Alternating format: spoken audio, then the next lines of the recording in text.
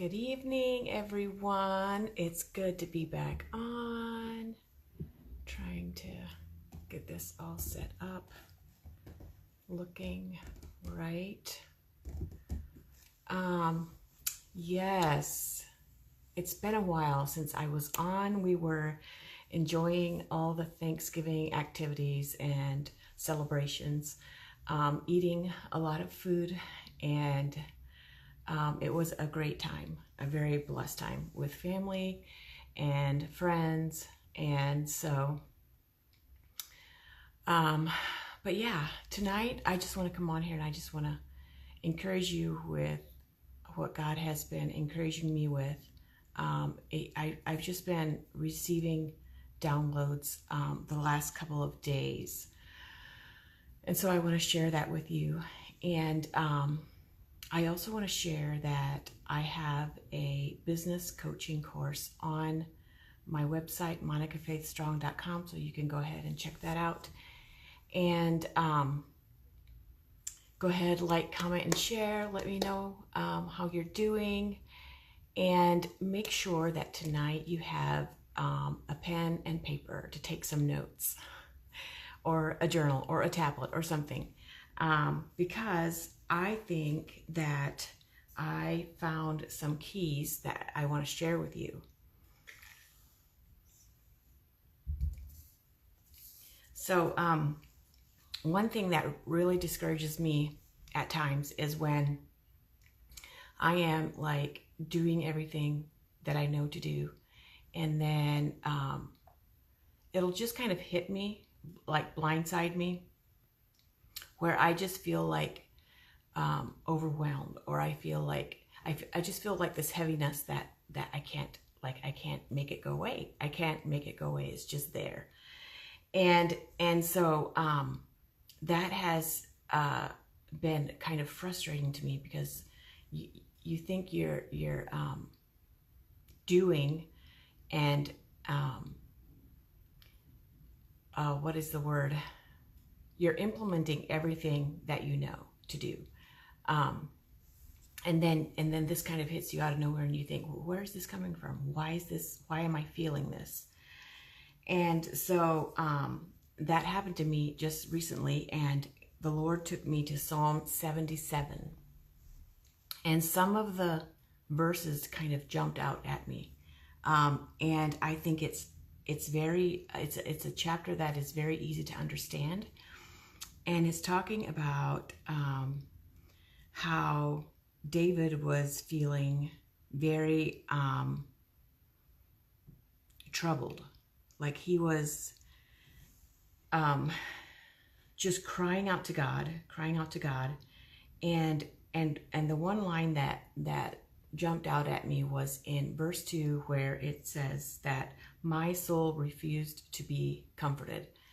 And, that's when, what I was trying to tell you, that feeling of like, why am I feeling this? Because I'm doing everything that I know to do. So why am I feeling this? And so that kind of made sense to me, why my soul refused to be comforted. And I just think it's so neat that we can read stories like this in the Bible that we can connect with. And so, and then it goes on to say in the third verse, and this is Psalms 77. And in the third verse, this also stood out to me. It says, my spirit was overwhelmed. And so sometimes that feeling of heaviness, and you can't just make it go away, and it just kind of wants to stay, that I would say that's a good way to describe it. And so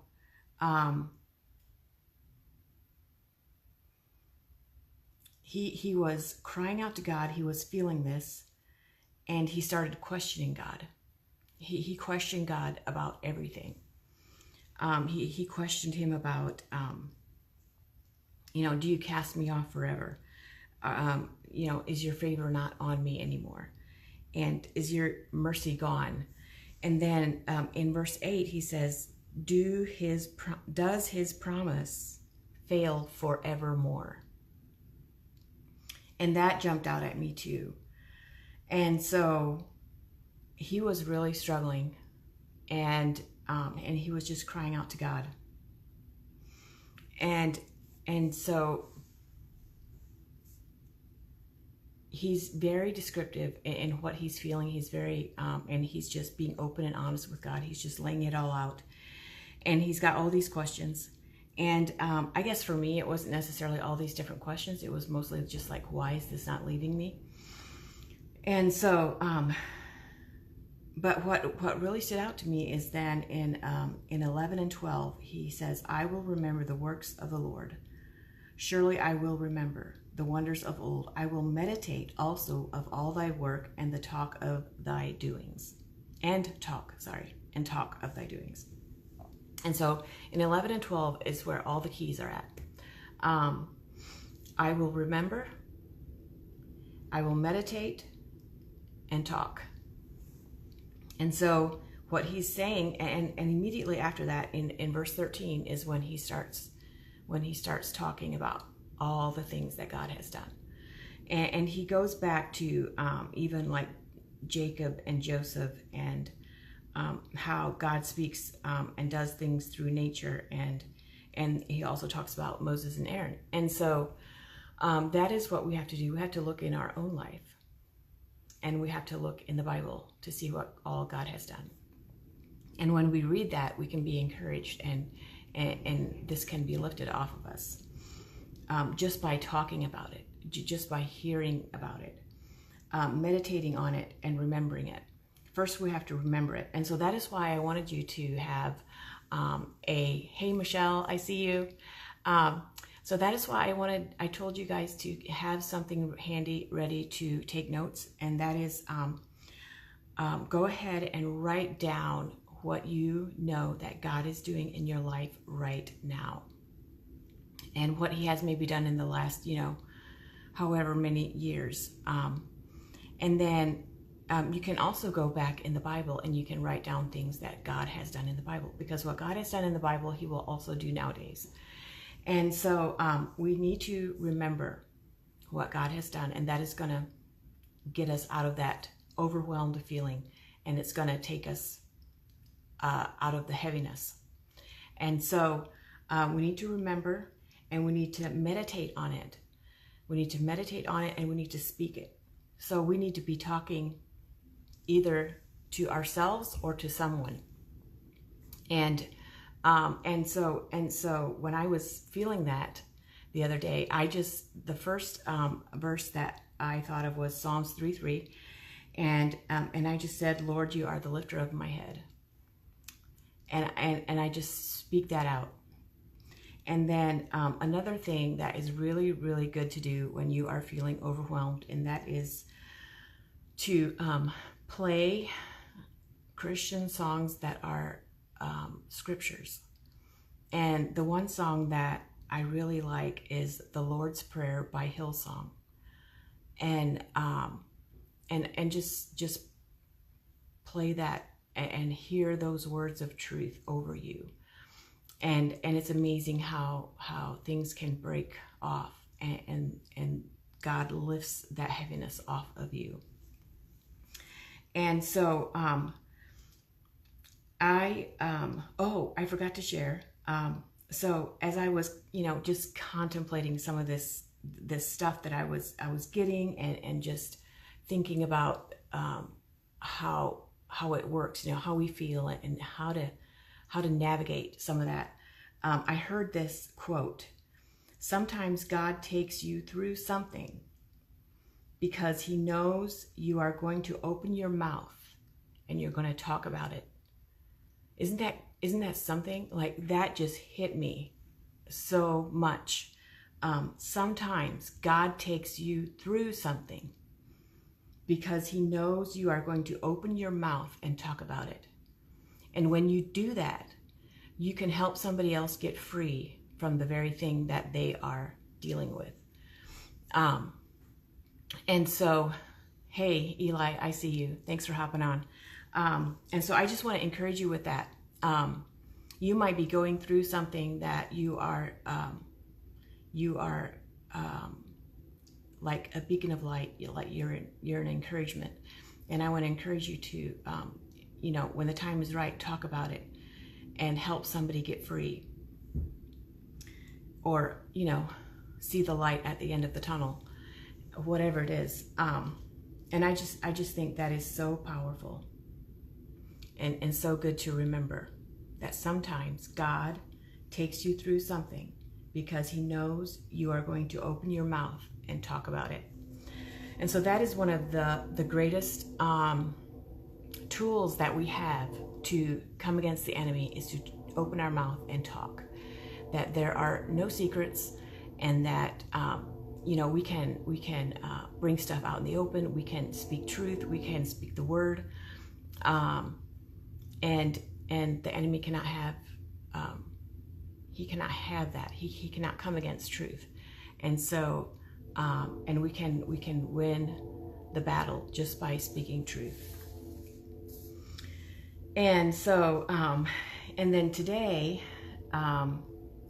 I was so encouraged when the Lord showed me Luke 22:31 through 32. And so I don't know why it always gets me, like I know this all the time, but every time that I read this, and what I like to do is I just like to let God tell me where to read. And when he shows me this, it just hits me right here. And it goes like this.